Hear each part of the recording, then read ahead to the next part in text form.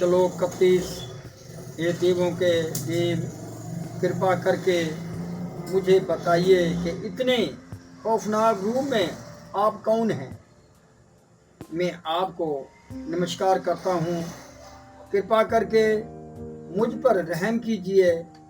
आप आदि भगवान हैं। मैं आपको जानना चाहता हूँ, क्योंकि मैं नहीं जान पा रहा हूँ कि आपका मकसद क्या है। श्लोक 32।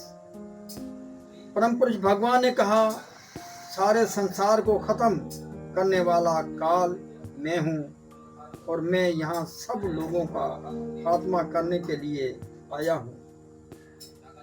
तुम्हारे पांडवों सवा दोनों तरफ के सारे योद्धा मारे जाएंगे। श्लोक 33। इसलिए उठो, लड़ने और शोहरत हासिल करने के लिए तैयार हो जाओ। अपने दुश्मनों को जीत कर धन दौलत राजपाट का सुख हासिल करो। ये सब मेरे जरिए पहले ही मारे जा चुके हैं और ये सब ये साची तुम तो जनक में सिर्फ एक सबब हो।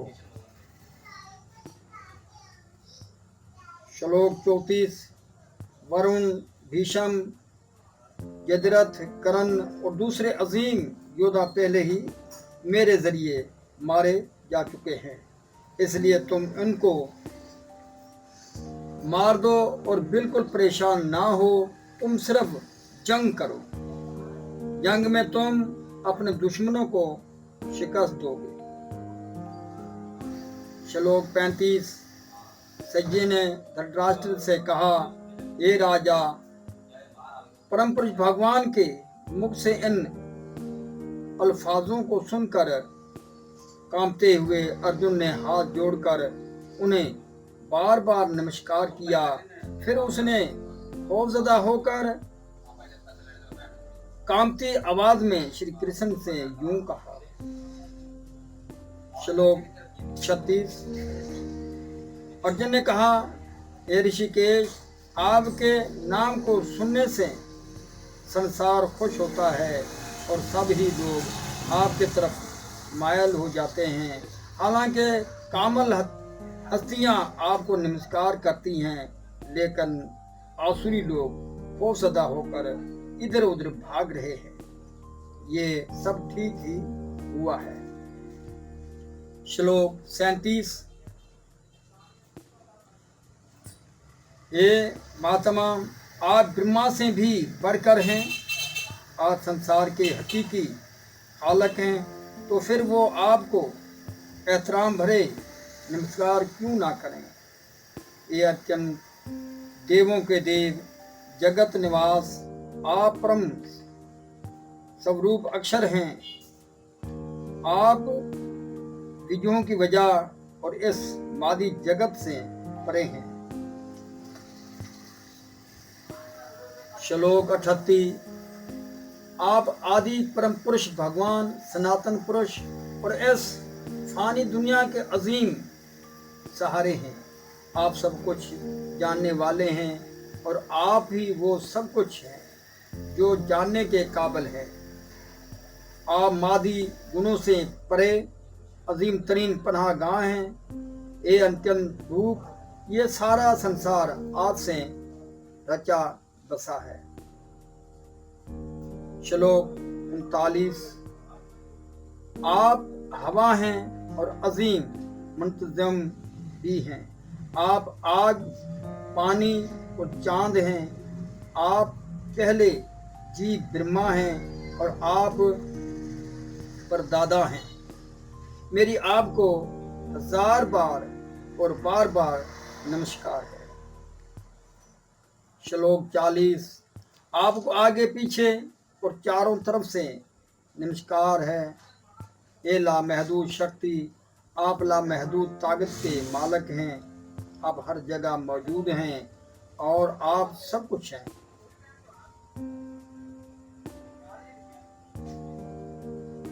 श्लोक 41। और 42। आपको अपना दोस्त मानते हुए मैंने जल्दबाजी में आपको ए कृष्ण, ए यादव, ए मेरे दोस्त जैसे अल्फाज रिश्तों से पुकारा है, क्योंकि बराए मेहरबानी इसके लिए मुझे माफ़ कर दें। यही नहीं, मैंने कई बार आराम करते वक्त एक साथ लेटे हुए या इकट्ठे खाते या बैठते हुए, कभी अकेले तो कभी बहुत सारे दोस्तों के सामने आपकी शान में गुस्ताखी की है। हे अचेत, मेरी इन तमाम गलतियों को माफ़ करें। श्लोक 43। आप इस साकन और गैर साकन पूरी दुनिया के पिता हैं। आप पूजा के लायक अजीम रूहानी गुरु हैं। ना तो कोई आपके बराबर है, ना ही कोई आपके बराबर हो सकता है। इला महदूद शक्ति वाले प्रभु, भला तीनों लोगों में आपसे बढ़कर कोई कैसे हो सकता है। श्लोक 44। आप परम पुरुष ईश्वर हैं।